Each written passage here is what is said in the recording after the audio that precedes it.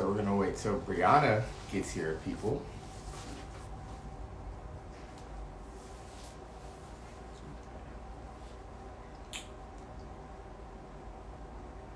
Hello. Waiting for Brianna to get here. So just give me a second. You know, she'll join the live in a second. So don't you worry about it.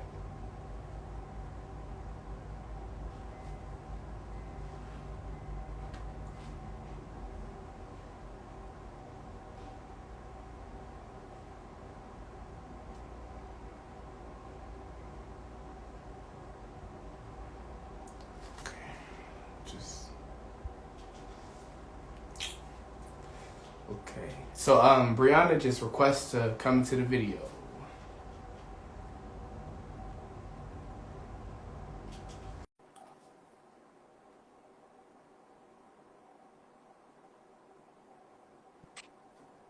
Yay! Hey, how you doing? I'm good. How are you? I'm okay. Thank you. Thank you very much. Thank you so much for doing this interview. I appreciate it.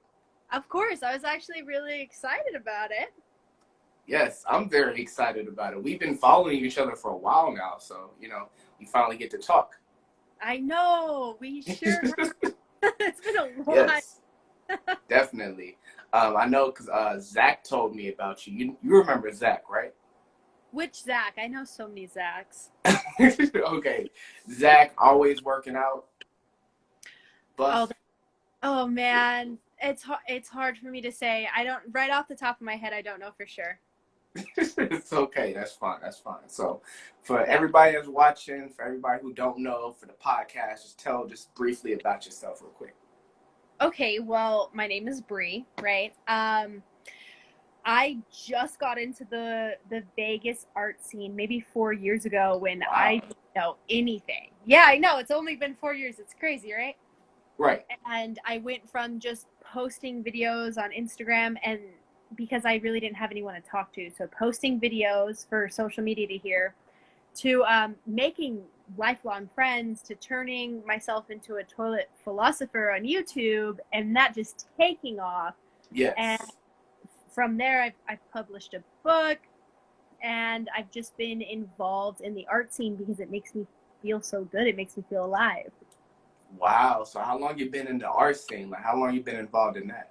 Definitely only those 4 years. Like, I'm telling you, before I moved into a house downtown, like right by the Arts Factory, I didn't even know there was an art scene. I didn't know there was a such thing as First Friday. I didn't know that people like collaborated with each other. I didn't know any of those things.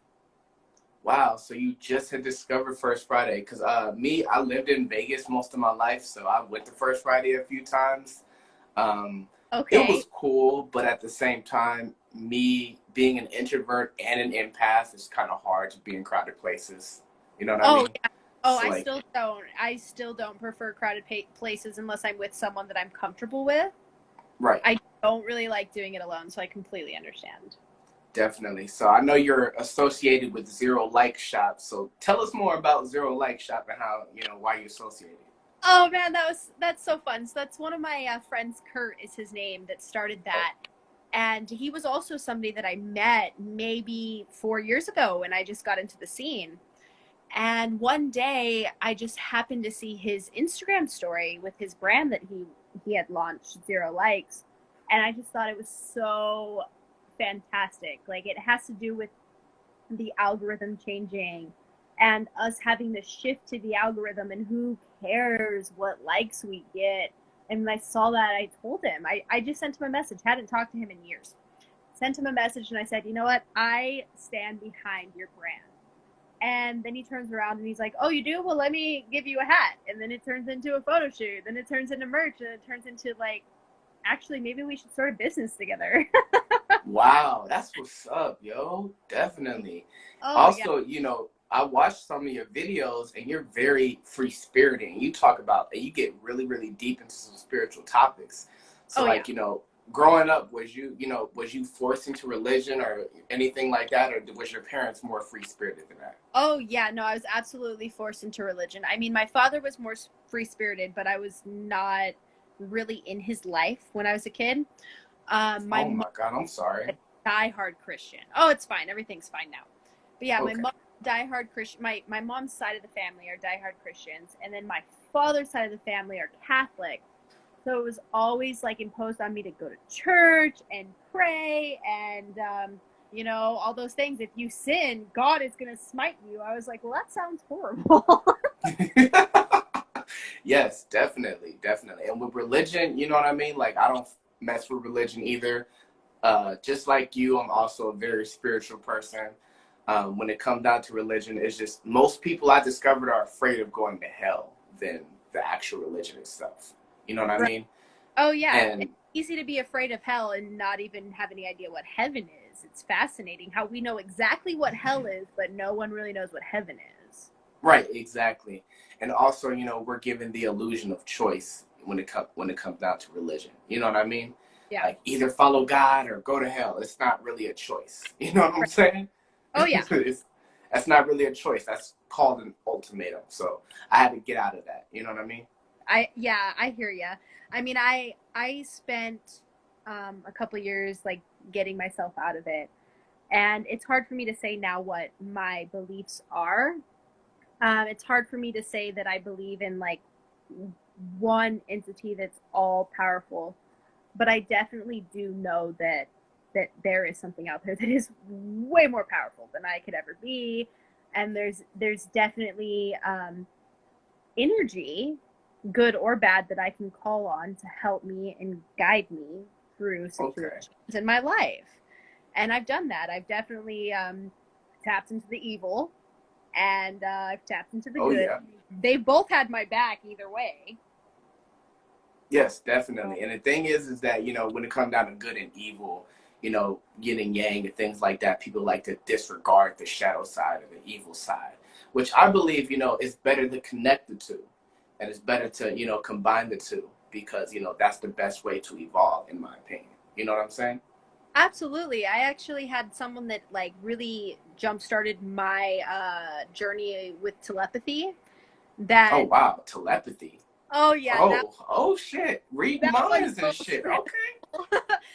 But somebody jump-started my journey there, and he and his sister consider themselves like panda twins, and the reason being is because the panda is mixed with the light and the dark and is able to do that so well. And I definitely think that it's important to to accept them both, because they're both here, and they've both been created, and neither are going to be destroyed, so might as well find that balance.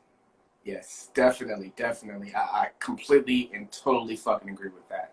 So I want to ask you a deep question, okay? And I ask all my guests this, but I got it from Sway, from watching Sway. He asked the question, "Why are you here?" Like, not why are you here, but why are you here?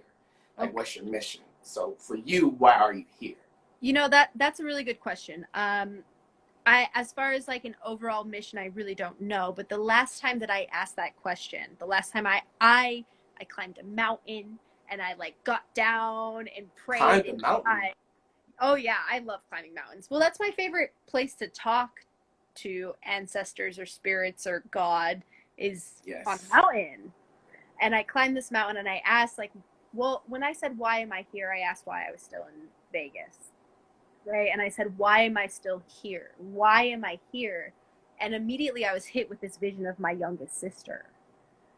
And so I haven't asked since then. So that's still my answer, that like my connection and my journey with my youngest sister is the most important in this lifetime for me. And that's what I try to focus on and nurture as much as I can. Yes, definitely. I completely agree. Like, so you believe in past lives and stuff, right? So. And the reason why I won't disregard past lives is because I saw a drawing in one of my friends' houses. I saw a drawing of a Native American woman that looks identical to me. Oh, wow. Yeah, absolutely That's identical. crazy. And it had, she had a hawk on one of her shoulders, and an owl in the photo, which were both my spirit animals at the time. And the photo was signed Grianna, Grianna, which is my name and my sister's name mixed together. So when I saw that, I was like, oh, well, I can't even pretend like that's not me right there with me and my sister's name. Like it's wow. Like little experiences like that make me to like give me the opportunity to say that it's possible, but not necessarily saying like, oh, we all have past lives and that's exactly what it is, because I can't speak for anybody else. Oh yes, definitely. And I also want to bring up something very, very interesting that really struck me when I was watching your videos. You brought up the number 11. Oh yeah, that's my birth number. And so you're into numerology and stuff. So was you born on the 11th, or do you have an 11 life path number? Because I'm a numerology person too. Okay. 11 is my life path number. I was born on the 15th. Wow. No, that's crazy. The reason why I said that's crazy, and the reason why I brought up 11, because I'm going to tell you this. I'm also a life path 11. Fantastic. I love it. I love it. Actually, I don't think I've ever met another 11. I mean, no? Not that I talk to everybody about this, because not that everybody knows. But right. Well, you're meeting one now. Hello. Cool. No, I'm excited too. I'm happy that, you clarified that, because, some people are born on the 11th, and then some people have an actual life path number 11. So do you know what your other core numbers are? I've looked at it so many times. Do I remember them? No, I don't. And I got into numerology when I was in the 7th grade, and then picked it up again well after I graduated high school. And I still, it hasn't stuck with me. Like the tiny essentials stuck with me, but not enough to really share anything with anyone. Oh, wow. Well, that's one thing we can discuss, because I'm very into numerology. Okay. And, I also know what my expression and soul urge number are, which is 7, is expression number. And then 11 is and I have 2 11s in my main birth chart. Isn't that crazy? Yeah, that is. Yeah, so like, if I remember correctly, I know that I had a 6 somewhere, and it might have been a 4 somewhere else, but I don't know for sure. And maybe it would have been nice if I would have looked it up before I got on here. So for anybody who's watching the live, if you guys want to ask her any questions, anything at all, please press the question button, and I'll be happy to, ask her anything that you guys ask. As long as it's appropriate, and as long as it's not. Yeah, we have. No. I'm just saying. No. Definitely. As long as it's appropriate, nobody's trolling and shit. So as long as everything is good. We'll probably see a tiny itty bit of that, considering the toilet fetish community. But yeah, because you got an OnlyFans, right? I just recently started OnlyFans. Yeah, and when I started OnlyFans, I thought it was because I can elevate toilet philosophy, but no, I found out really quickly that they don't allow that at all, and I was like, well, okay. Ouch. Oh man. I guess because I know. Go ahead. Oh my god. I'm sorry. Finish what you was gonna say. Oh, I went on and I started doing basic OnlyFans stuff, and I mean, I don't really see it lasting very long in my future. I would prefer to actually get my website created and sell my content off of my website and have it there, and not have to have the rules of all of these publishing companies is really what they are, not to have to live by their rules. So yes, definitely, because I completely agree, because OnlyFans has a reputation of being about porn and shit. It does. And it's funny that it has that reputation when the 1% of top creators in OnlyFans have nothing to do with porn at all. Like the top 1% of creators in OnlyFans are like masters at their skill, whether it's being a chef or wow. Okay. Or someone that is like really into working out and fitness. And I did a lot of research into the 1%, and as far as I'm concerned, maybe 0.001 are in porn. So wow. those top creators are really doing amazing works of art, and it has nothing to do with the sex industry. Wow. You see, people, do your research. Don't listen to the bullshit that's out there, and don't listen to everything that you hear. Be a critical thinker. That's how that's how you surpass the system, and that's how you surpass all the bullshit. It's being a critical thinker. So definitely. Oh, definitely. Yeah. A little bit of research goes a long way. You can't just read headlines. Oh, yeah. Oh, yeah. Oh, yeah. Definitely. Also, I want to talk about your YouTube channel a little bit more, okay? That's fine with you. So you gained over 50,000 subscribers on your YouTube channel. You know, one of your highest viewed videos has over 6 million views. Like, did you expect Toilet Philosophy to just completely just skyrocket like that? No way. No way. It was a joke. It started as a joke with one of my best friends. And the first 2 videos were, so dorky and bad. And this was before, like, I even knew how to do research. And, but the 3rd video was almost a year later, and I just kept getting this nudge, like this spiritual nudge to go make another video. And I was like, what the hell? I'm working in a crystal shop. I think that had a lot to do with it. So much happened in the crystal shop. But I was about to leave the crystal shop. There was only me in there. I have to lock it up to go to the bathroom. And I was going to leave my phone. I used to leave my phone when I went to the bathroom. I didn't need it. Anyway, but in that moment, something came to me. It was like, bring your phone and record a video. And I was like, no, I could do that later. But it came on so strong. It was like I had no choice. Yeah. Wow. And I said, okay, fine. I took that phone and I recorded that video. And that video is what took me from 250 subscribers to well over 1,000. Wow. And I started making money, and it turned into a serious thing. And now I don't make money anymore because it's a part of the fetish sexual community, so they demonetized me. That's fine. I'm not on the algorithm anymore, but it's still going up all the time. Yes, definitely. But at the same time, you don't need YouTube money with all the fucking sponsorships that probably will pay you when they see all the followers and stuff that you have. So you don't really necessarily need YouTube money like that. You know what I'm saying? And you have a loyal fan base to go off of. So, like I said, the money will come, and there's different sources of income that you can make. Oh, yeah. There's so many things that I could get into. So many things. Yes. So another thing that you mentioned is that you said the greatest relationship we could have is with ourselves. Oh, yeah. So, so when it comes down to yourself and self-love, like, how did that develop over time for you? Oh, well, as a child, I definitely was not taught self-love as important, how important it really is, right? No, yeah, Me neither. Taught, like, you need to listen to me no matter what. And it doesn't matter what you think or what you feel, because what I think and what I feel is what's important.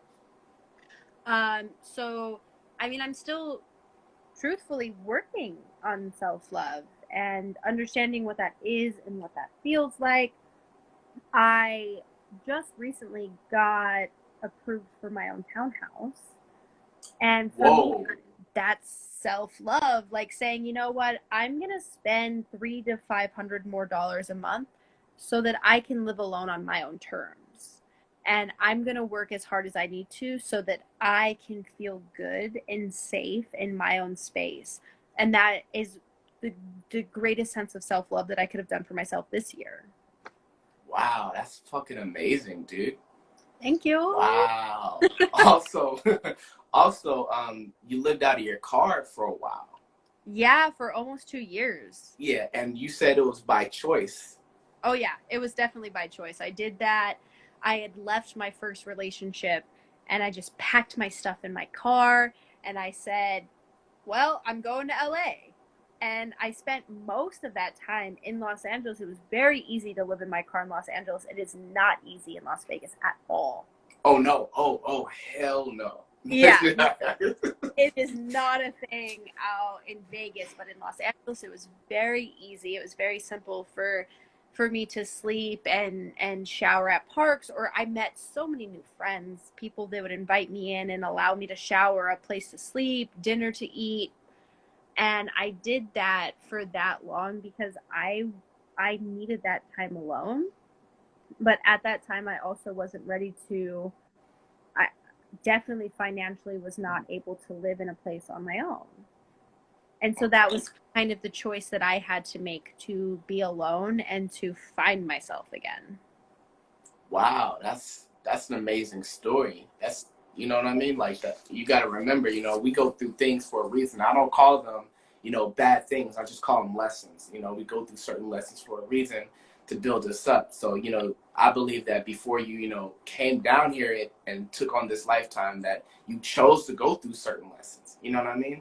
Yeah. And just remember that, you know, it's for the greater good. And just remember that, you know, your spirit guides and everybody else, your ancestors, are proud of you. So don't even worry about it. Yeah. I mean, I get like high fives. I get signs and signals all the time.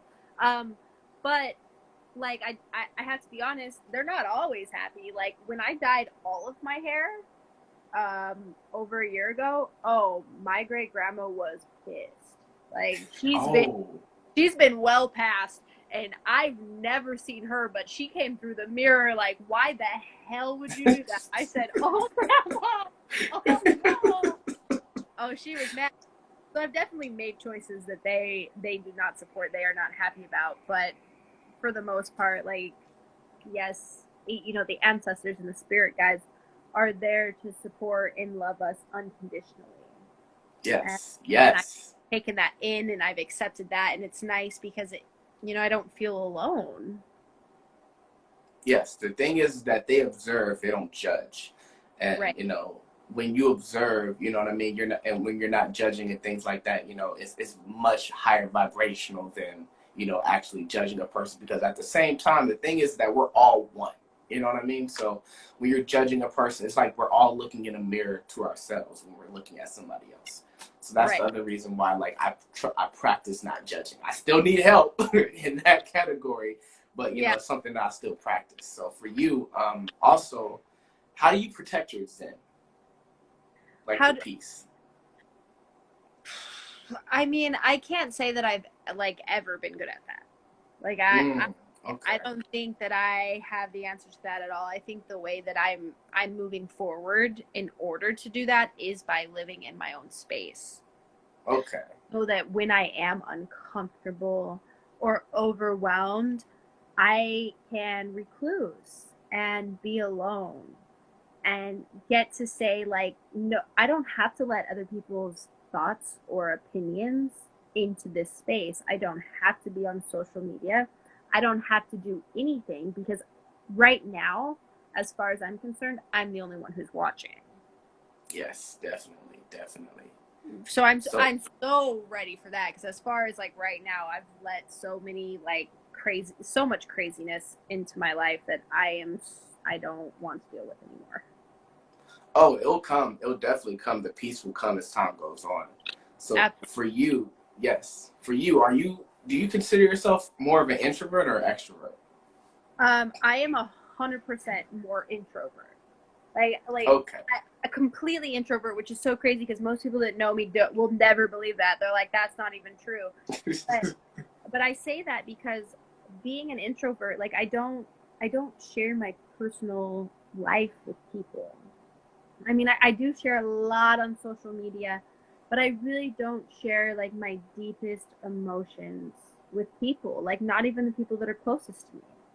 And so to me, that's what it means to be introverted, to take what I feel the most intensely and keep it to myself. Right. It's all mine. You can't see it. Yeah. We all have, you know, tints up. We all have masks on, you know what I mean? So a lot of us have things that we don't want to say. So that makes sense. And then also, you know, when it comes down to being an introvert, like, most introverts have a social battery. So do you have a social battery? Social battery meaning what exactly? Meaning, like, you can't, if you're around people for too long, you like, no, I got to take a break. I got to, you know, chill with myself for a while and then I'll come back. Not necessarily. If it just depends on the person or the people. Okay. Depending on their energy and how they interact and project, will determine whether or not I can spend a prolonged amount of time with them. I mean, Okay. I've spent hours and days with people and been completely fine. And then I've spent as much as 30 minutes with one person, and I'm like, I cannot be around you anymore. I need to get away. So that's definitely a case-to-case basis. Yeah, you value your energy. That's all it is. You're just protecting your energy. You're just protecting your frequency because, when we're around certain people, our energies intertwine.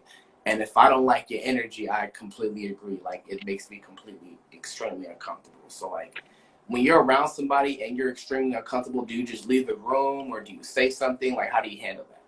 Oh, usually just leave. I don't typically want to tell a person that I'm extremely uncomfortable because it's not necessarily like a right or wrong or their fault. It's not necessarily something that they need to fix, because although I'm completely uncomfortable, the next person could absolutely love everything about that. And so I don't feel like it's fair for me to, sorry, that paused for a second. I don't feel like it's fair for me to say I'm uncomfortable, because one man's trash is another man's trash. So I usually keep it to myself, unless it's somebody that I'm very close with. Then I'll be like, look, I'm uncomfortable right now, and it has a lot to do with how you're acting. Oh, okay. So, like, you're pretty blunt more around people that you know, basically. Yeah, people that I've spent a lot of time with, like my whole life, or my sisters, any of my family, I can tell them. But if it's somebody that I've known for a few months, I'm not going to tell them. I'll just take myself out of the space. Okay, definitely. So when you said that your friends and family wouldn't say that you're an introvert, so you're just much more wilder around them, or your personality comes out a lot more around them? Oh yeah, when I have the people that make me feel safe around me, I can do anything. Absolutely anything. If I have any of my sisters or even my boyfriend or my cousins around me, I feel safe and secure that I can do anything. But if I'm by myself, I'm definitely like, yeah, I don't really questions. No, thank you. Definitely, I get that. So with you, I want to ask you another deep question. So what is in your opinion, you can name more than one, but what's one of your biggest accomplishments?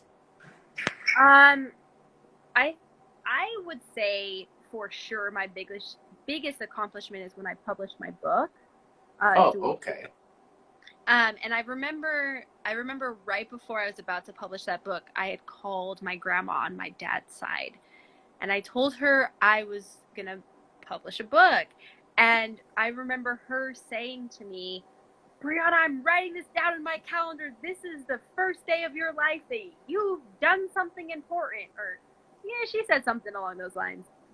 And it really touched me, because although it's in a way it sounded like a diss, it was her being herself and being so completely honest with me that I felt like, wow, she's right. This is actually the start of me doing something really phenomenal. The start of me living up to my potential is me publishing this book. And that was before I ever had a YouTube channel. So wow, that was definitely my greatest accomplishment. Wow, that's what's up. I love the fact that you got a book. After this conversation, please inbox me the link to your book so I can get your book, okay? Absolutely. I'll definitely do that. I mean, I should have done it before, but I didn't think about it. No, you're good. You're good. Salesperson, because I'm an introvert. Right. So with you, name some of the most important people in your life at the moment. Oh, well, at the moment, definitely one of the most important people in my life is my boyfriend, Alex. I'm learning so many lessons in our relationship and being able to humble myself and calm my emotions. And then, of course, my 3 sisters, and my cousin Shelby. But even my younger cousin Emma, very important in my life. Our telepathy and our communication is so strong. And then my father, who's always been an important figure in my life. So they've all been really important. My roommate now, although I'm moving out, she's been really important in my life. And I appreciate.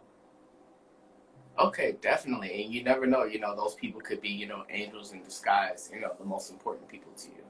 Absolutely. Like sometimes the situation looks ugly, but it's really a beautiful lesson. It's exactly Yes.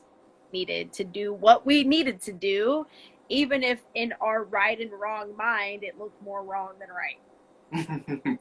So we're gonna talk about something in particular. One of my favorite episodes that I watched, the Toilet Philosophy, because I watched a few of your episodes. Okay. And I was very intrigued on how your mind worked. Like you're very, very, very smart, very intelligent. Thank you. Thank you very much. Definitely. And you know so much when it comes down to, you know what I mean, your spirituality and things like that. Like I want to talk about mirror gazing. So like with you, like, you know, what was your like full on experience like when you did mirror gaze for the first time? I mean, I don't remember the very first time I did it. I remember that when I was living in my car, at one point I was looking at myself in the mirror and I realized I couldn't smile. Oh, why? Like, I couldn't smile at myself. Like I was so unhappy with who I was that I couldn't even look at myself and smile. Like it was almost impossible to even force a smile for more than a second. And when I realized that, I actually started driving with my mirror so that I can see myself constantly. So my mirror was always open when I was in my car for most of those 2 years until I got to the point where my smile didn't leave, where it was like I couldn't frown. And wow. So that was definitely my most intense experience with the mirror. And after I got through that and being able to smile at myself, then I started just like talking to myself in the mirror and practicing mirror meditations where I would look myself so deep in the eyes to the point where I couldn't look away. And I had experiences like watching myself shift into other people. I would close one eye and see what I saw. I'd close the other eye and see what I saw. And I'd do that for hours. Wow. I didn't really have any responsibilities at the time, so I would just stare. And it cleared, like, without me having any logical explanation, it cleared a lot of shit that I was holding on to. Wow, that's what's up, yo. It made me want to go look in the mirror and gaze at myself because I think I've only done it once, maybe. You know, like, yeah. I think a lot of people have a hard time looking at themselves in the mirror. And yes. and now, after all those experiences, now when I'm going through a stressful situation, I take myself to a mirror and I make myself stare at myself until I feel better. And I stay there because I have to face it. I cannot pretend like what I'm feeling is not there. I can't just let that negative feeling sit with me for the rest of my day. I sit there in the mirror until it is. Wow, that's what's up, yo. Like, I need to try that. I definitely need to try that. Yes, definitely. So with you, like, you know, on another subject, have you ever taken psychedelics or anything like that? Oh, yeah. I've been taking psychedelics for about 4 years since I got into the art scene. I just decided I was going to start regularly microdosing with mushrooms. I've always had mushrooms, but I've never put myself on a regular schedule. Wow, okay. So I decided I'll take a capsule, which is like 0.2 or 0.3, right before bed to see if that helps me when I wake up, because I usually wake up angry. Okay. So angry? I usually wake up angry, and I'm like, I don't want to do any of this, and blah, blah, blah. Not a morning person at all, huh? No, not at all. Well, I'm not even like a wake up in people person. I'm like, you want me to wake up in people? Like, I just want to wake up in. Or you want me to like get my phone and then get dressed and like go do? I don't want to do it. Yeah, so it's like I should probably take it right before I go to sleep, so that when it kicks in the middle of my sleep, that processes while I'm sleeping, and I wake up in that mood. I wake up with the negative receptors blocked and the positive receptors open and ready. And so far, so good. Okay. Wow. I never took in psychedelics or anything like that. So, you know, I've been curious about it and things, you know, of that nature, but I never actually took it. So, you know, thank you for, you know, helping me open my mind to, you know, trying to take psychedelics and things like that. It's done nothing but help me. Okay, definitely. Literally, no, I've even having like like intense, possibly negative experiences did nothing but improve my self-worth and my ability to do whatever it is I set my mind to. Wow.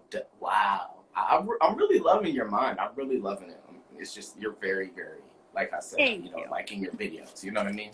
Yeah. So another thing I'm going to ask, another deep question is, think of this, think kind of hard. So have you ever had like a really terrible, shitty day, but, you know, did it teach you like a really, you know, tough lesson? Like, Oh, I mean, all the time. So all the time, you're just having shitty day after shitty day? Oh, I have shitty days. I have very shitty days where it's like the whole spectrum of life, where it was a terrible day at work, and then it was a terrible day at home. It was a terrible day with my relationships, whatever relationships those were, including my relationship with myself. I've just had overall terrible days that the next day I can look back and say, oh, well, I could have done that differently, or I didn't have to feel that, or if I would have made that choice instead of that choice, who knows what the story would have been. And Yes. I always come out of those terrible days with the ability to reflect and recognize that I made choices that led to situations like that. Yes, definitely. So with you, I want to ask about another subject that I don't like talking about, but sometimes I ask my guests just to, out of curiosity. So how did you hold up, and what did you think of the whole, COVID situation? Like, how did that affect you?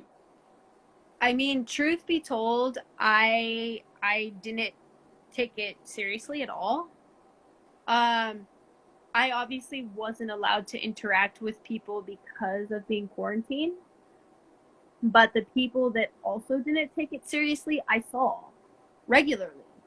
And as far as I'm concerned, no one anywhere in my inner circle, or even a few degrees outside of my inner circle, was affected. Oh, now, okay. Yeah, and there's a few people that I know that got sick, but the one thing that I noticed was that it seemed like every other sickness was just no longer existent. That there was like no more cancer and no more of all these other things. Yep, everything else was just magically erased when COVID stepped in. But yeah, for the whole year, it was like no one was saying that that's what they were sick from. It was just, COVID scares. And so it was really hard for me to like get into it. So I personally refused to like do any research. I didn't want to look into any of it. I didn't really want to have conversations or hear anything about it. Of course, I respect everyone who has themselves or family that truly went through it. Right. I just really didn't have anyone in my inner circles that did. Yes, definitely. Because, yeah, the whole I'm a definite conspiracy theorist. So when it comes to the whole COVID thing, like, I definitely question everything when it comes down to it. So, like, with you, like, when it comes down to, like, the vaccines and all the fear-based media and the what I call from infinite water to television and stuff, like, what do you think? What did you personally think of this whole thing? I mean, that's a situation that I refuse. Like, I don't feel like being shot up with something is the way to go about fighting it, because if I shoot up heroin, I'm going to have an issue fighting it. So I feel like if I shoot up COVID, I'm going to have an issue fighting it. That's how I feel. It's like, now it's in my system. Now, if anything that you put in your system is in your system. Oh, and yes. If I've not had it, I don't want it. I'm not going to purposely put it inside of me. That's like purposely putting a penis inside of me that I want nothing to do with. It's all the same thing. Right. So yeah, the fear-based crap is like, no, you're not going to scare me into taking a vaccine when I wouldn't put your dick inside of me. I wouldn't put heroin meth inside of me. So God forbid they turn around and tell everyone they have to start shooting up heroin. To me, it's the same thing. Yeah, the thing is that the government and stuff, they teach us that, traditional medicine is the sole and only way to go to heal yourself.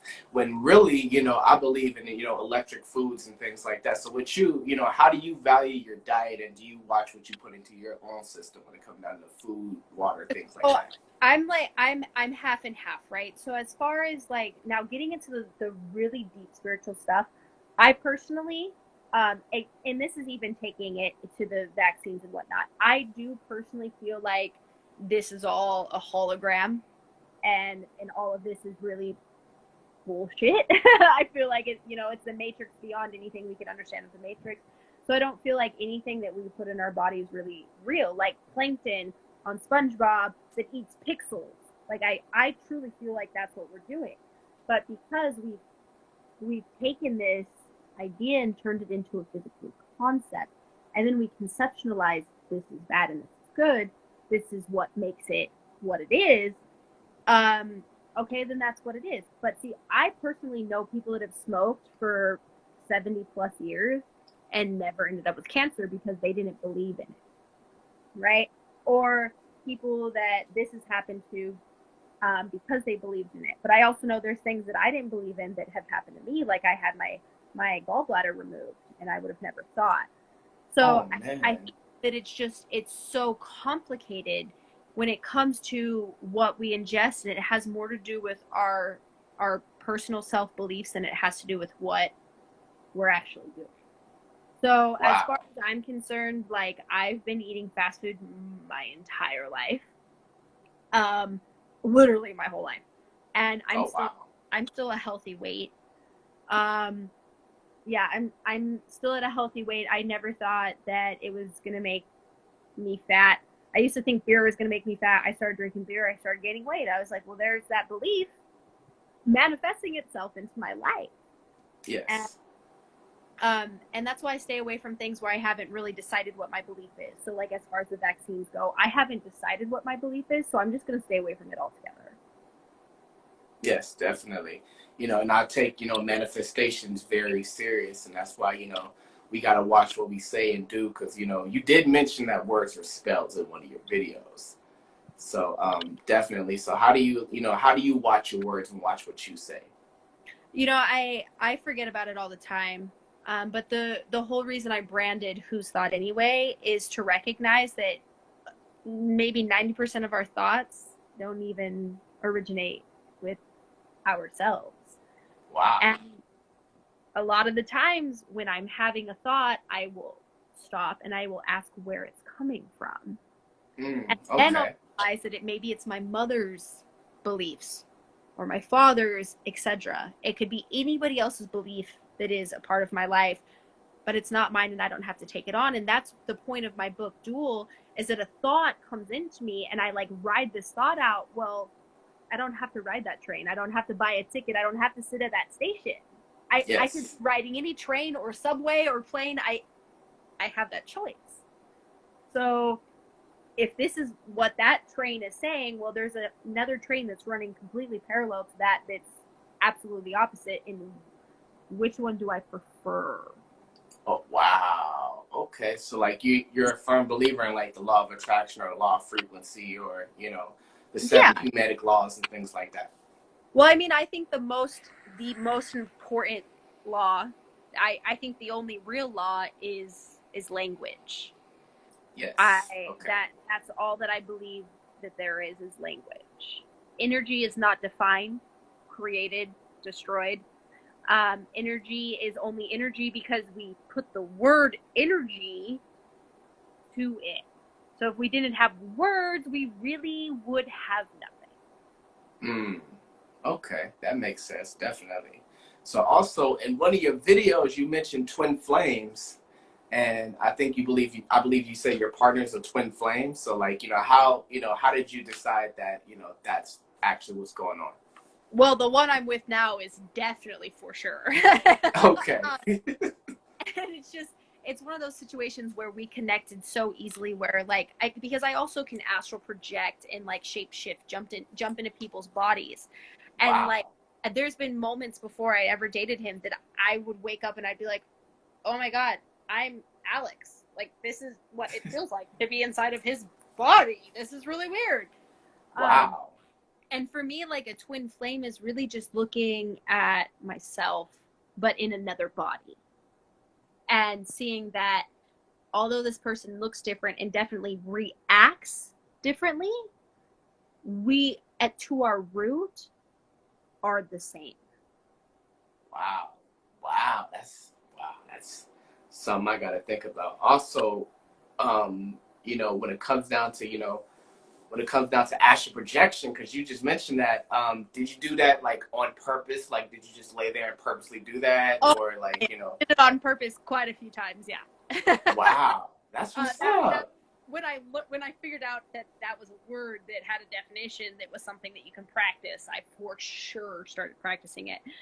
It was already something I did on accident, but then I practiced it. Then I had very intense spiritual experiences. I would practice it sober. I'd practice it after smoking weed. I would sleep at parks, and it was the strongest astral projections I have ever had have been while I was sleeping at a park. Wow. Yeah, multiple different parks, not just one park.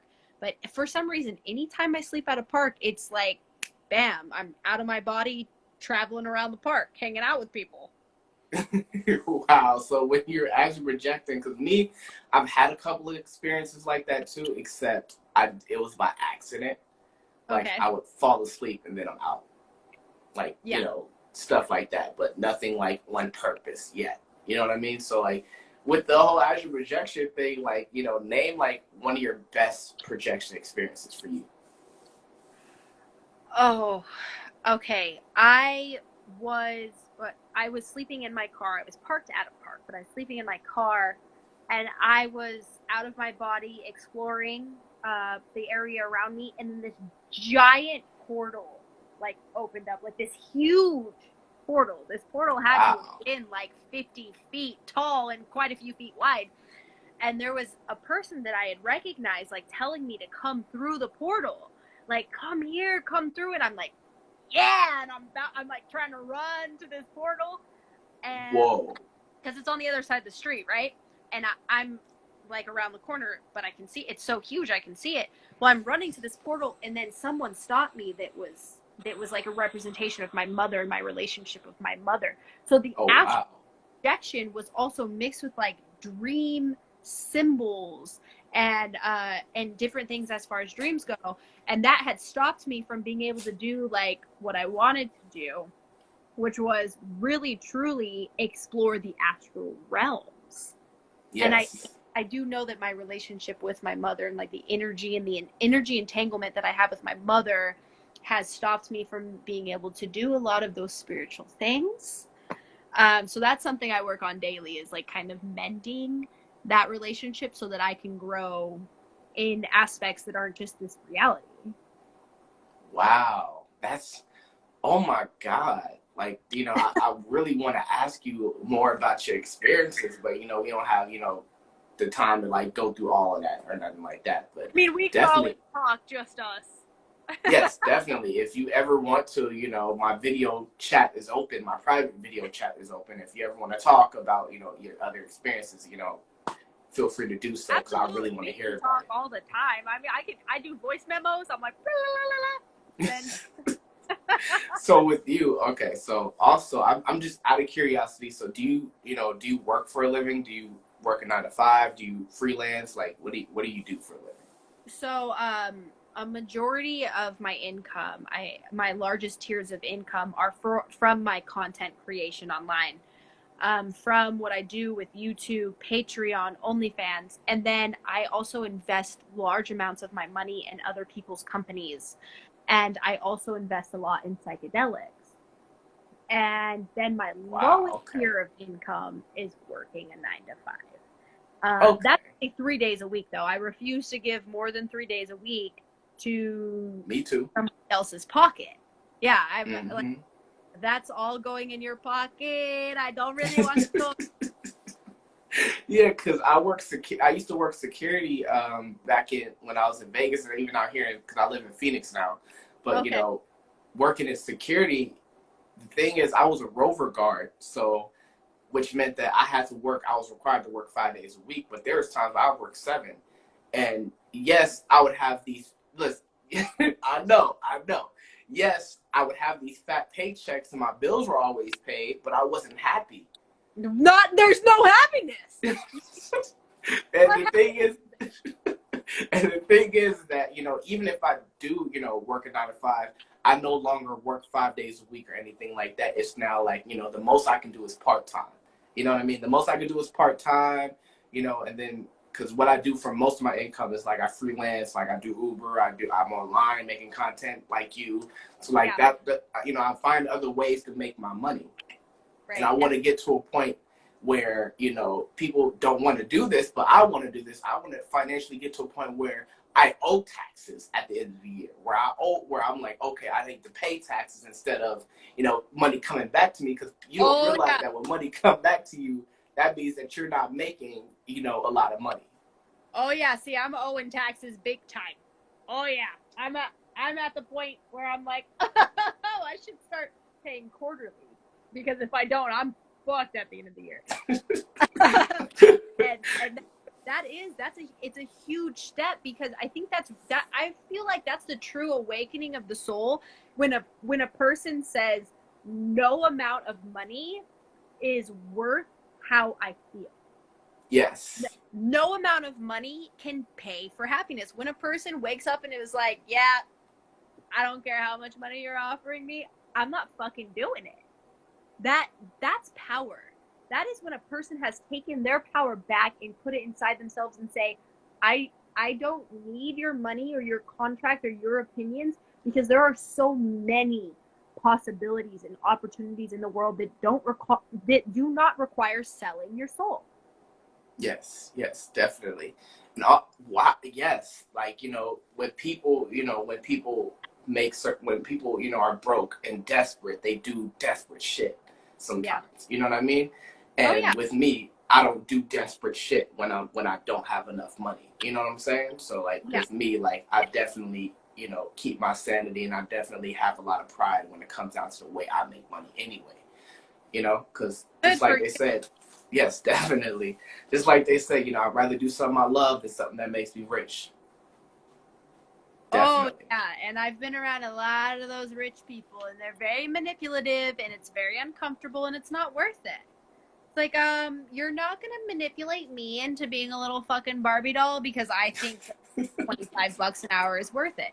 It's not. Right. It's not worth it to me. I will literally work my ass off doing what feels good before I ever think that some high dollar amount is worth it. Right, exactly. I mean, go ahead, I'm sorry. Oh yeah, I think Robert Hayes asking to join lives. I don't know if I completely trust strangers as far as what will pop up in a live, so. Okay, that makes sense, definitely. I mean, I love everyone. I love all of my fans and everyone that supports, but like, who knows? It could be anything. And that could get us in trouble. Oh yeah. So you're not very trusting of people or something, or like? Well, being largely a part of the fetish community, I have to be logical.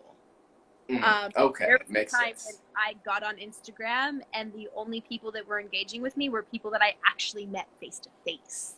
Where we made eye contact and we shook hands or gave each other a hug and like enjoyed a beer or whatever it was, and that's how we ended up friends on Instagram.